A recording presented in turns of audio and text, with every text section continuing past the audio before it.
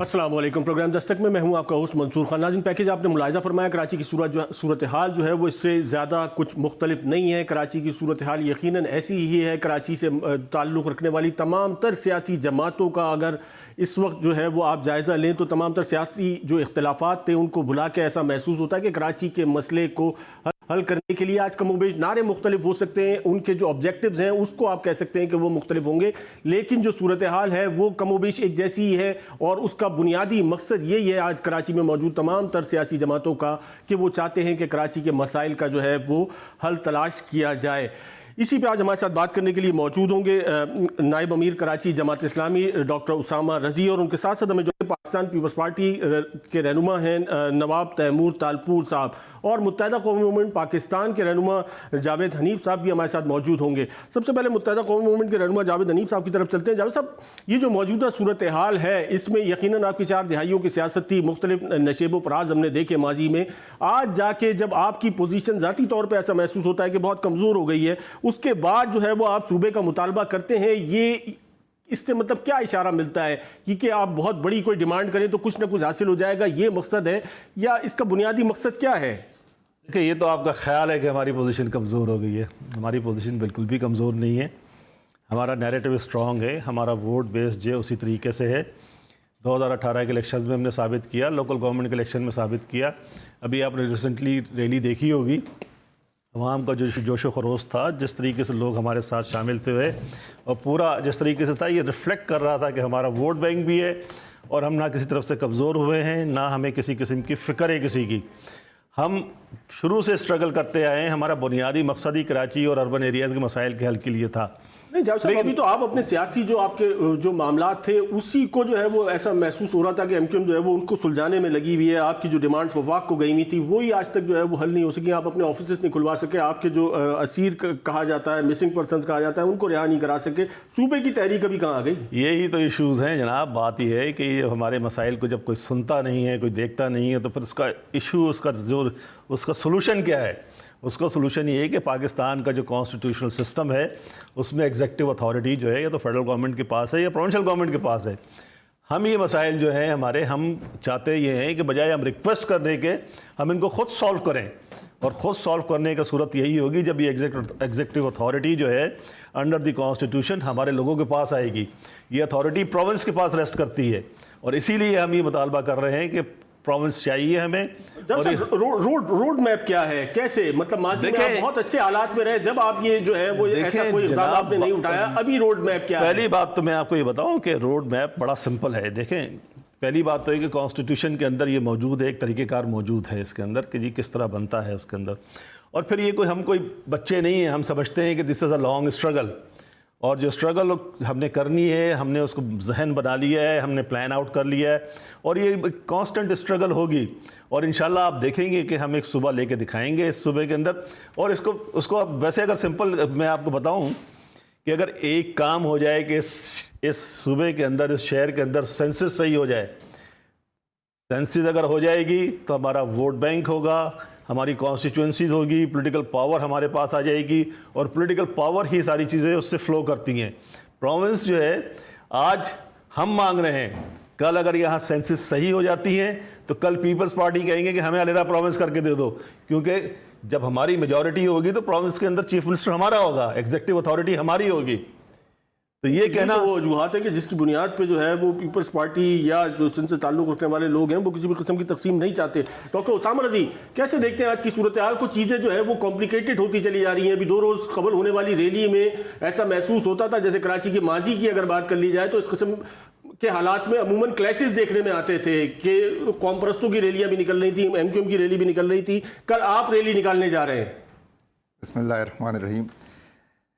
देखिए, इस पर तो बात करने के बजाय कि इस तरह के हालात में तशद्दुद और झगड़ों की जो कैफियत हो जाती थी वो आप भी जानते हैं और हम भी जानते हैं कि इस शहर में जो सूरत हाल थी, मैं उस तरफ जाना नहीं चाहता। जो असल इशू है, जो असल मसला है वो ये है कि शहर कराची के लोग इस वक्त अपने आप को बेख्तियार महसूस कर रहे हैं, लावारिस महसूस कर रहे हैं। एक बारिश ने इस शहर को डुबो दिया। ये शहर कराची जो पूरे सूबे को खिला रहा है, जो पूरे मुल्क को खिला रहा है, और इस वक्त कराची वालों का कोई वाली वारिस नहीं है, कोई इसको ओन करने के लिए तैयार नहीं है।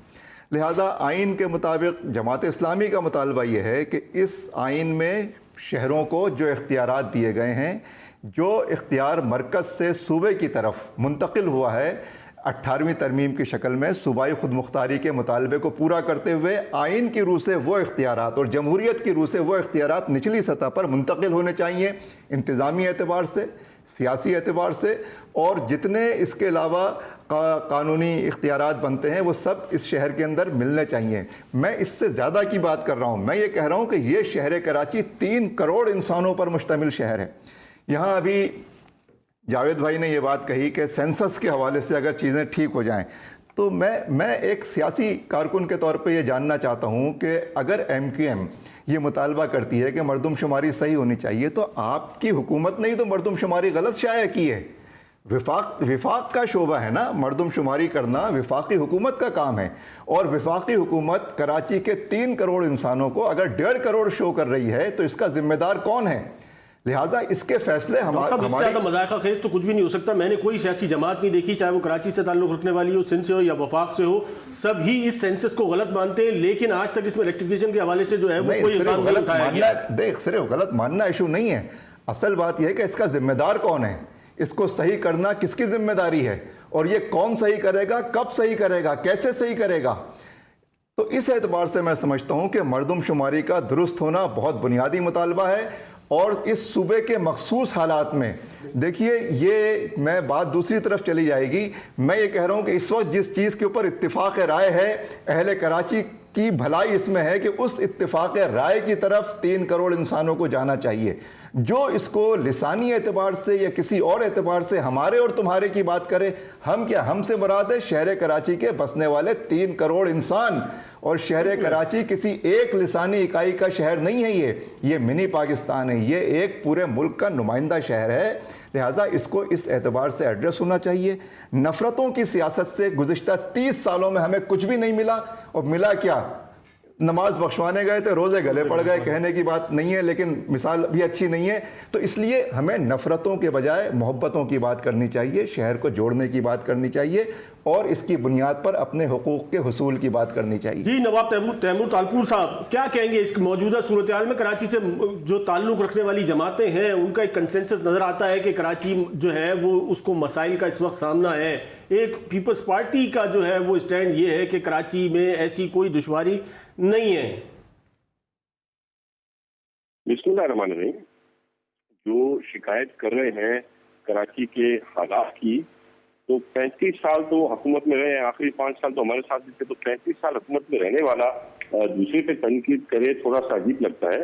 अगर आप बात करते हैं आज के हालात की, तो आपको जरूर मद्देनजर रखना चाहिए कि क्या किरदार है वफाकी हुकूमत का सिंध हुकूमत के साथ, और किस तरह का सलूक किया जा रहा है। ना तो सिर्फ हमारे फंड रोके जा रहे हैं, हमारे जो स्कीम्स थी फेडरल गवर्नमेंट की तरफ से जो ऑलमोस्ट रेडी थी, फॉर एग्जाम्पल हमारा ग्रीन लाइन की स्कीम 70% नवाज शरीफ के दौर में मुकम्मल करके दी थी, 30% के पैसे देने को या उस पर काम कराने को तैयार नहीं है। कराची के मसलों की आप बात करते हैं, सबसे बड़े मसले कौन से हैं?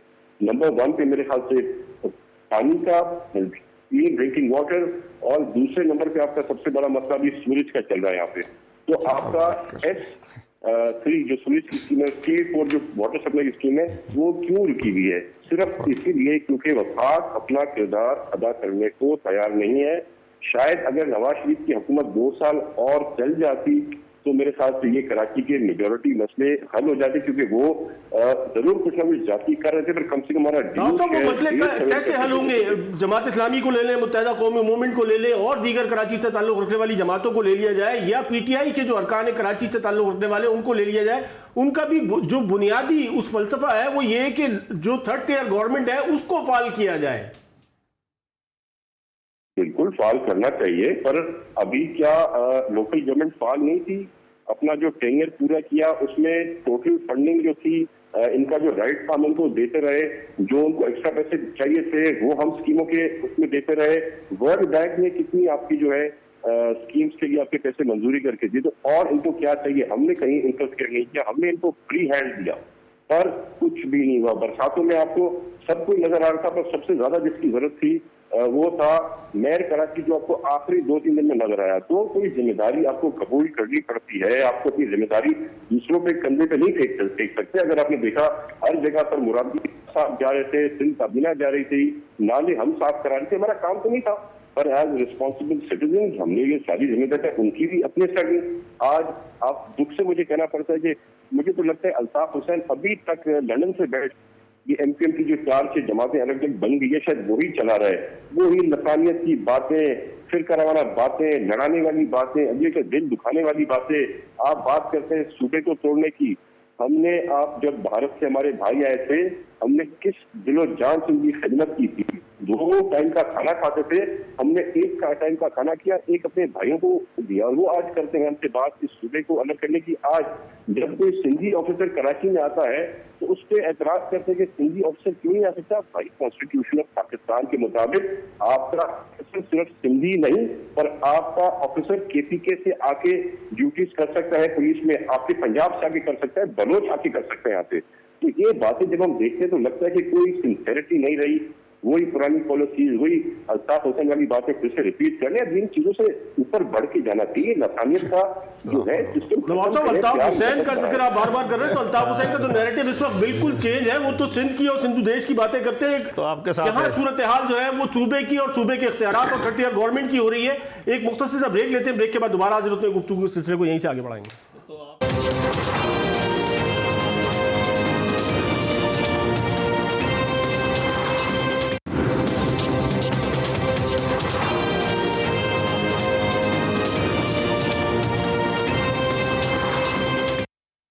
वेलकम बैक नाज़रीन। हम जिक्र कर रहे थे कराची की सूरत हाल का, जहां वैक्यूम बढ़ता चला जा रहा है। कराची में मौजूद इस वक्त तमाम तर सियासी जमातें हो, चाहे वो MQM हो, मुत्तहदा कौमी मूवमेंट के साथ साथ PSP हो, जमात इस्लामी हो, और क्या नाम है आपका, तहरीक इंसाफ से ताल्लुक़ रखने वाले कराची के रहनुमा हो, या सुप्रीम कोर्ट की रूलिंग को अभी जो रिसेंट रिमार्क्स आए हैं उसकी हवाले से अगर बात कर ली जाए तो आर्टिकल 140 की खिलाफ वर्जी करार दिया है कि अगर इख्तियारात जो है सूबा अपने पास रखता है या वफाक अपने पास रखता है, यानी कि अल्टीमेटली ये इख्तियारात जो है वो 30 ईयर गवर्नमेंट, लोकल गवर्नमेंट के पास जो है अवामी नुमाइंदों के पास होने चाहिए। सुप्रीम कोर्ट ने ये भी साथ में रिमार्क्स दिए कि ताकत को अपने हाथ में रखने से ज़्यादा ये और कुछ नहीं है आज के जो सियासी हालात हैं या जो भी इस वक्त की सूरत हाल है।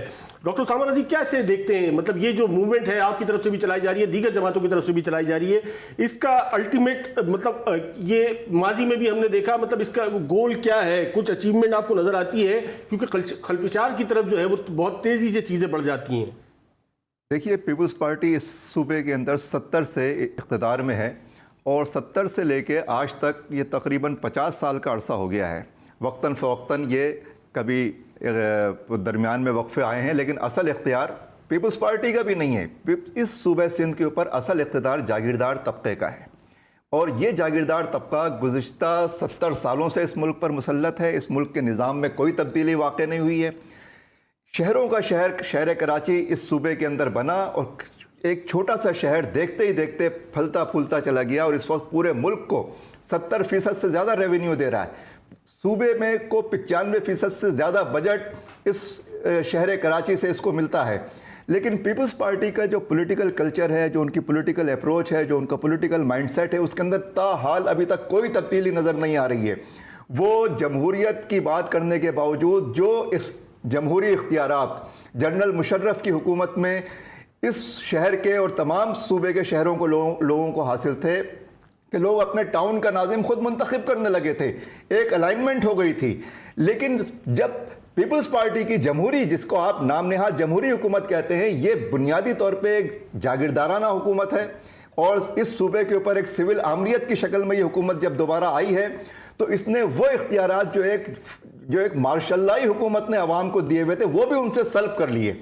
नीचे से भी इख्तियारात सल्ब कर लिए, ऊपर से 18वीं तरमीम के नतीजे में सूबाई खुद मुख्तारी के इख्तियारात अपने हाथ में ले लिए और ये समझते हैं कि जिस तरह से कि अंदरून सिंध में इंसानों को कुचल के रखा गया है, इस हुक्मरान तबके ने पूरे सिंध के अवाम को एक तरह से गुलाम बनाया हुआ है और अंदरून सिंध लोग बोल नहीं सकते हैं, बात नहीं कर सकते हैं और वहाँ पे शहरों को भी बिल्कुल गोठों की शक्ल की सूरत में पसमानदा रखा गया है। कराची चूंकि एक तरक्की याफ्ता शहर है, एक फलता फूलता शहर था, यहाँ पे लोग बोलना जानते हैं, यहाँ पे एहतिजाज करना जानते हैं, इसलिए शहर कराची से ये आवाज़ उठी है और ये आवाज़ एक तरह से एक इत्तिफाक राय की शक्ल में उठ रही है, इससे किसी को इख्तलाफ नहीं है। और ये एक जमहूरी आवाज़ है, ये एक आईनी आवाज़ है, ये एक कानूनी आवाज़ है। इस आवाज़ का मुतालबा यह है कि ग्रास रूट लेवल के ऊपर इख्तिदार अवाम का हक है। ये हक उनको आईन पाकिस्तान देता है, ये हक उनको खुदा और उनका इस्लाम देता है। लिहाजा इस हक की बुनियाद पर अवाम तक ये इख्तियारात, ये हक हुक्मरानी अवाम तक पहुँचना चाहिए। और मैं इससे आगे बढ़कर आपसे ये कह रहा हूँ कि इस शहर कराची को एक्स्ट्रा कॉन्स्टिट्यूशनल इख्तियारात भी अगर दिए जाएं तो ये गलत बात नहीं होगी। और पीपल्स पार्टी अगर पॉलिटिकल अप्रोच रखती है, डेमोक्रेटिक अप्रोच रखती है, तो उसको अवाम के इस जमहूरी हुकूक को एड्रेस करना चाहिए, इस आवाज़ को सुनना चाहिए। और वफाकी हुकूमत को इस पूरे हक को मुतय्यन तौर पे यहाँ पे मुंतकिल करने के लिए फौरी तौर पर मरदमशुमारी को दुरुस्त करना चाहिए। और अगर ये काम नहीं किया जाएगा तो कराची के 3 करोड़ मजलूम और बेसहारा अवाम ये समझने पे मजबूर होंगे कि सूबाई हुकूमत और वफाकी हुकूमत या बहैसियत मजमूई ये पूरा हुक्मरान तबका हमारे इस मामलात से संजीदा नहीं है, निहायत गैर संजीदगी के साथ मामलात को हैंडल किया जा रहा है। तो इसका एक रद्द-ए-अमल होगा। जब आप एक्शन इस किस्म का जालिमाना लेंगे तो हर अमल का एक रद्द-ए-अमल होगा। कराची पॉलिटिकल अप्रोच रखता है, लिहाजा इस यहाँ से आप पॉलिटिकल रद्द-ए-अमल की उम्मीद पूरी रखिए। फिर डॉक्टर साहब, इससे तो कोई इनकार नहीं है कि कराची के हालात को देखते एक वैक्यूम जो है वो पैदा होता चला गया, जिसके बाद जो है वो कराची से ताल्लुक़ रखने वाली जमातों का किसी न किसी हद तक हमें कंसेंसस नज़र आता है। जावेद अली साहब, ये आज की सूरत हाल जो है वो यकीनन एक दिन में पेचीदा नहीं हुई है, ये बड़े देरीना मामला थे, आहिस्ता आहिस्ता करके हम आज यहाँ पहुँचे हैं। आपने माजी में बेतहाशा जो है वो आपको ऐसे मौके मिले कि जिसकी बुनियाद पर जो है वो आप कराची को डेवलप कर सकते थे या इसके मसाइल को बेहतर कर सकते थे, लेकिन आज भी आप वहीं खड़े हैं और ये मुतालबा जो आपको आज से 20 साल 30 साल पहले लेके चले थे, आज भी वही मुतालबा है आपका। मुस्तकबिल का रोड मैप क्या है? देखिए, पहली बात तो मुझे बड़ी खुशी हो रही है इस जमात इस्लामी की बात सुनकर। बात तो ये है कि इस रास्ते की तरफ तो हम अकेले ही चले थे। ये जो स्ट्रगल थी हमारी कराची के हकूक़ के लिए, कराची के हकूक़ के लिए, सूबों के लिए, 140A लोकल गवर्नमेंट का सिस्टम, लोग कराची के लोगों की मुलाजमतें। एक ज़माना था कि जमात इस्लामी के लोग जब हम ये बातें करते तो कहा करते थे कि तासुब कर रहे हैं ये लोग, तासुब की पॉलिटिक्स कर रहे हैं। आज आई एम वेरी हैप्पी कि मैं इनको सुन के मुझे बड़ी खुशी हुई कि जिस रास्ते की तरफ हम चले थे लोग हमारे साथ रास्ते में हमारे साथ मिलते चले जा रहे हैं। ये हमारी जद्दोजहद का, सच्चाई का और हमारे जो उसूल हैं उसकी सच्चाई का ये सबूत है कि आम लोग, दूसरी पार्टियाँ तमाम हमारे साथ मिलती चली जा रही हैं इसके अंदर। जहाँ तक क्वेश्चन इन्होंने रेस किए, 2-3 क्वेश्चन जो रेस किए, पहली बात तो उन्होंने ये कहा कि जनाब कि जी ये जो फंड्स दे रहे हैं और ये सारी चीज़ें सिस्टम यहाँ पर मौजूद है। पहली बात तो मैं आपको बताऊं, जो लोकल गवर्नमेंट का सिस्टम इन लोगों ने हमें दिया है, उस सिस्टम के अंदर से तमाम म्यूनिसिपल सर्विसेज इन्होंने अपने पास रखी हुई हैं। सॉलिड वेस्ट मैनेजमेंट इनके पास है, यानी कि सफाई का काम जो है, जो म्यूनिसिपल सर्विसेज का काम है वो इनके पास है। पानी के लिए ये देखते हैं, सीवरेज के लिए देखते हैं ये हैं, बिल्डिंग प्लान ये है, टाउन प्लानिंग इनके पास है। कौन सा चीज़ है जो इनकी, नालों की सफाई तो इस साल खुद शुरू कर दी इसके अंदर उन्होंने। अगर ये तमाम चीज़ें ये कर रहे हैं तो नवाब ये मेयर से कैसे एक्सपेक्ट करते हैं? और जहाँ तक तवक्को कहते हैं कि जी मेयर को पैसे दे रहे हैं, एक बड़ा एक आम फहम कहा जाता है ना, मतलब फिर आप क्यों वो मेयर की सीट जो है वो लेके बैठे हुए हैं? बात देखें, एक ये बड़ा ये मैं समझता हूँ कि जो लोग ये बात करते हैं बड़ी पॉलिटिकल इमेच्योरिटी की बात करते हैं। बात ये है कि कभी भी अपना मैंडेट जो है बेचा नहीं जाता, मैंडेट जो है उसको रखा जाता है और वहाँ से स्ट्रगल। अगर आज हम जैसे हमारे पास एग्जाम्पल है, हमने लोकल गवर्नमेंट के इलेक्शन का बाइकआउट किया नेमतुल्लाह साहब के ज़माने में। नेमतुल्लाह साहब जमात इस्लामी 2-2 हज़ार वोट लेके मेयर बन गए। हमारे जब हम इलेक्शन लड़ते हैं तो हमें 20,000 वोट मिलता है। हमने वो गलती दोहराई, हम वो गलती दोबारा दोहराने को तैयार नहीं है कि अगर हमारा मैंडेट है और हम किसी के हवाले 12वें खिलाड़ी के हवाले कर दें। वो लोग जो कॉर्नर में बैठ कर इंतजार करते हैं 12वें खिलाड़ी कि मेन खिलाड़ी जो है उसको क्या नाम है हिट विकेट, वो जो उसको चोट लग जाए वो निकल के बाहर जाए तो 12वां खिलाड़ी आगे खिलाड़ी। हम ये जगह छोड़ने को तैयार नहीं है। हमें पता है हमारे ऊपर बहुत प्रेशर आया, हमारे ऊपर बहुत क्रिटिसिज्म भी हुआ, लेकिन हम अपनी विकेट को छोड़ेंगे नहीं, हम वहीं से स्ट्रगल करेंगे। और वहीं से हम स्ट्रगल करके आज हम इस मुकाम पर पहुँचे हैं कि हम सुप्रीम कोर्ट के अंदर खड़े हैं, 140A पे भी खड़े हैं, सेंसस पे भी खड़े हैं, हम कराची के हकूक़ के लिए भी लड़ रहे हैं, हम पीपल्स पार्टी से भी लड़ रहे हैं, हम हर चीज़ के लिए स्ट्रगल कर रहे हैं और हम इंशाल्लाह जिस तो हमारा इसमें हमारा बड़ा सिंपल ये जो बात होती है कि लोकल ये जो बात की गई कि जी लोकल गवर्नमेंट के इदारों को दे दें, लोकल गवर्नमेंट के इदारे सब्सिडरी इदारे हैं, उनको एक एक्ट के तहत पावर दी जाती है जो कर्टसी होती है प्रोविंशियल गवर्नमेंट की।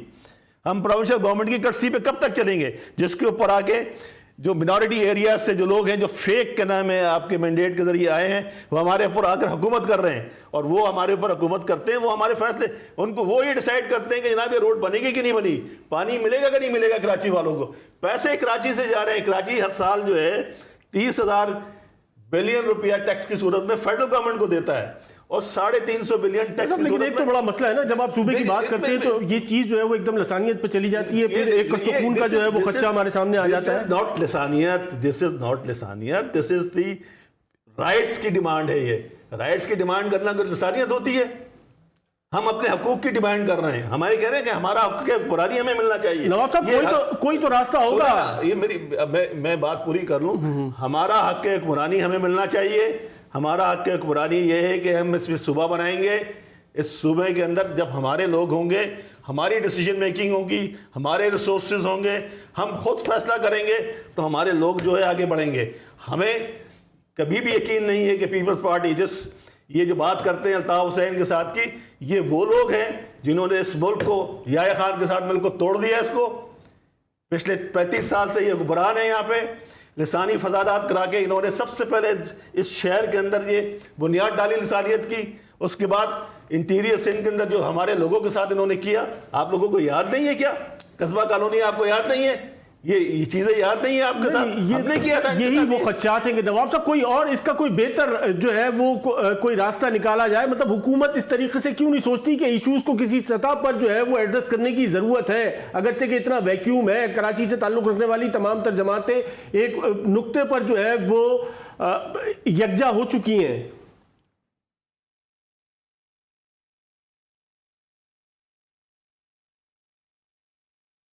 अगर स्कीमें आई हैं तो आप देखें पिछले 12 साल में कितनी गवर्नमेंट ने यहाँ पर अपनी स्कीमें दी हैं। आप कराची की स्कीमें देखें, आप बेस्ट अस्पताल आज पूरे पाकिस्तान में आपके कराची के अंदर है। आपके फ्लाईओवर अंडरपासेस सब हमने बनाए हैं।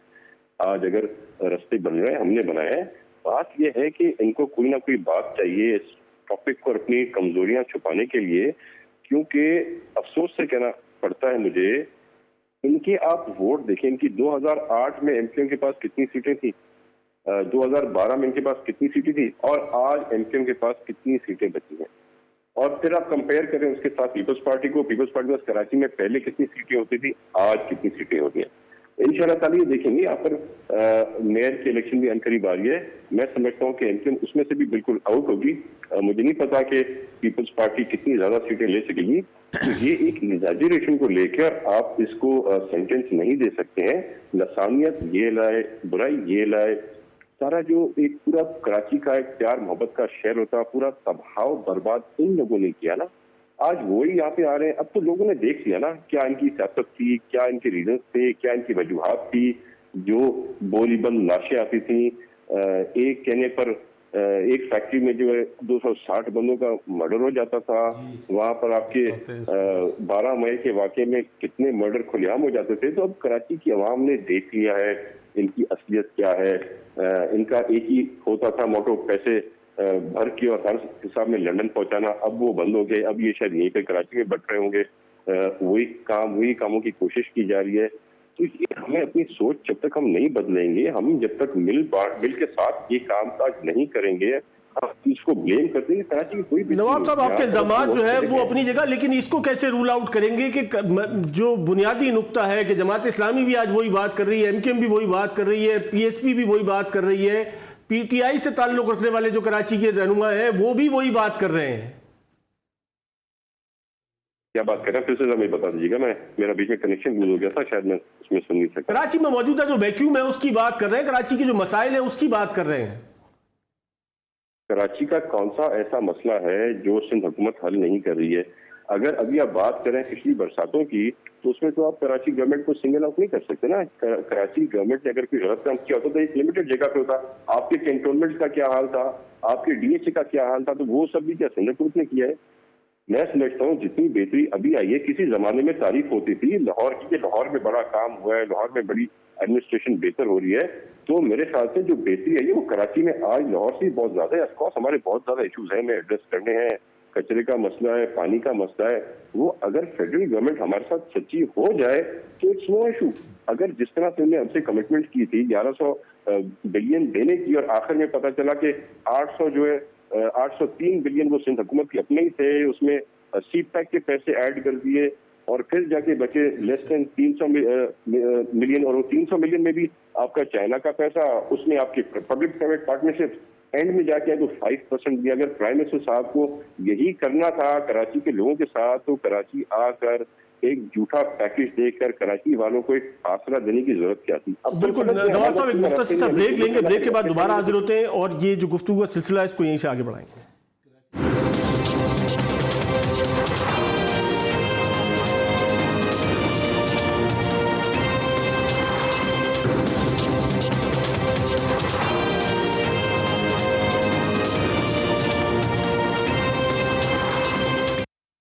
वेलकम बैक नाज़रीन। हम जिक्र कर रहे थे कराची की सूरत हाल का। वैक्यूम ऐसा महसूस होता बढ़ता चला जा रहा है। तमाम तर कराची से ताल्लुक़ रखने वाली सियासी जमातें जो हैं वो कराची के मसाइल के हल के लिए कोशाएं। डॉक्टर उसामा रज़ी हमारे साथ हैं। डॉक्टर साहब, क्या ये सूरत हाल है? मतलब पीपल्स पार्टी से जब बात करो वो कहते हैं कोई मसला ही नहीं है। मसला है क्या? मसला पानी का, बिजली का, इंफ्रास्ट्रक्चर का, ये वो मसाइल है? एडमिनिस्ट्रेटिव इशू की बात हो रही है या कोई और मसला है?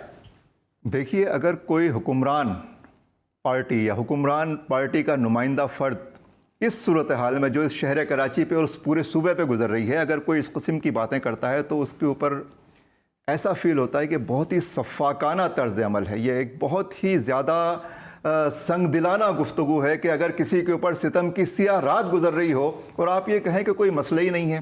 पहली बात ये। दूसरी बात यह है कि आप समझते हैं कि मसला है पानी, मसला है ट्रांसपोर्ट, मसला है बिजली की फराहमी, मसला है सड़कों का ठीक होना। भाई, ये मसले नहीं हैं। ये जो असल मसला है ये उसके सिम्टम हैं। जैसे कहते हैं ना कि कुएं के अंदर अगर कुत्ता गिर जाए तो आप डोल से पानी निकालते रहें लेकिन कुआं साफ नहीं होगा, उसके लिए उस कुत्ते को निकालना ज़रूरी है। तो जो इस वक्त आप जिन मसलों को मसला समझ रहे हैं ये मसले नहीं है भाई, ये मसलों के सिम्टम्स हैं, ये अलामात हैं। कोई बीमार हो जाए कैंसर की वजह से तो उसको बुखार भी हो सकता है, फुंसी भी निकल सकती है, फुंसी का इलाज होना चाहिए, बुखार के लिए पैरासीटामोल खिलानी चाहिए, लेकिन कैंसर का जो सॉल्यूशन है वो एड्रेस हुए बगैर मर्ज ख़त्म नहीं होगा। यही कराची की सूरत हाल है और सिंध के 99% मजलूम इंसानों की सूरत हाल है। पूरे सिंध की, मैं सखर की, लड़काना की, खैरपुर की, मैं जामशोरों की, मैं थरपारकर की बात कर रहा हूं।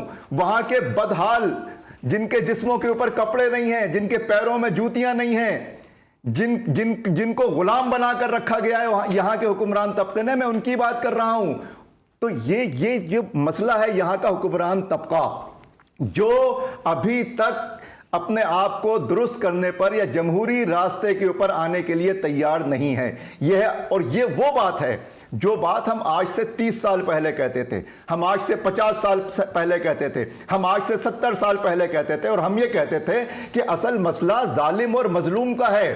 आप मजलूमों को लड़ाओ नहीं, आप मजलूम को लिसानी बुनियाद पे एक दूसरे से लड़ा दो, फिर उससे थक जाओ तो फिरका वाराना बुनियादों पे एक दूसरे से लड़ा दो, फिर उससे थक जाओ तो तीसरी बुनियाद पे लड़ा दो, फिर चौथे को पांचवें से लड़ा दो।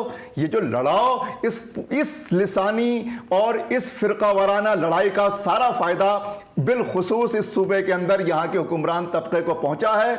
और ये हुक्मरान तबका इख्तियारात को अपने हाथों में मुर्तकिस करके, कभी आप एक हुकूमत कायम कर दें, कभी आप कहें ये मार्शल्लाई दौर है, कभी आप कहें ये नाम निहाद जमहूरी दौर है। भाई, ये एक सिविल आमरियत का एक पूरा कलावा है जो सिंध के मजलूम इंसानों की गर्दनों में पड़ा हुआ है और ये निकालना जरूरी है। लेकिन डॉक्टर साहब, जब तक आप हुकूमत को ये समझाने में नाकाम रहेंगे कि मसला है क्या, क्योंकि पीपल्स पार्टी की जानिब से जब भी बात होती है वहां तो यही सूरत हाल मसला दो टोक है, मसला साफ और दो टोक है कि आपको आइन के मुताबिक इख्तियारात, सियासी इख्तियारात, इंतजामी इख्तियारात, फाइनेंशियल इख्तियारात जो आइन के अंदर दर्ज हैं, चीफ जस्टिस साहब पूछते हैं अदालत के अंदर कि क्या आपको पुलिस के इख्तियारात भी दे दिए जाएं।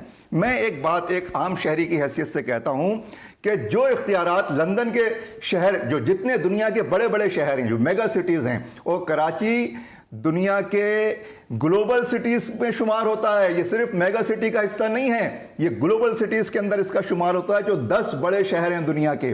लिहाजा यहां पर अगर न्यूयॉर्क में जो निज़ाम है, सिडनी में जो निज़ाम है, जो निज़ाम लंदन में है, आखिर वो निज़ाम कराची में क्यों नहीं आना चाहिए? ये बड़ा बुनियादी सवाल है कि तरक्की याफ्ता ममालिक का ये वही निज़ाम जो है वो पाकिस्तान में आके जो है वो क्यों मुख्तलिफ हो जाता है। जावेद हनीफ साहब क्या कहेंगे इस सूरत हाल पे, क्यों जो है वो ये मसला जो है वो आप कह सकते हैं कि मतलब मोहब्बत से किसी सहल तरीके से जो है वो हल नहीं होने जा रहा?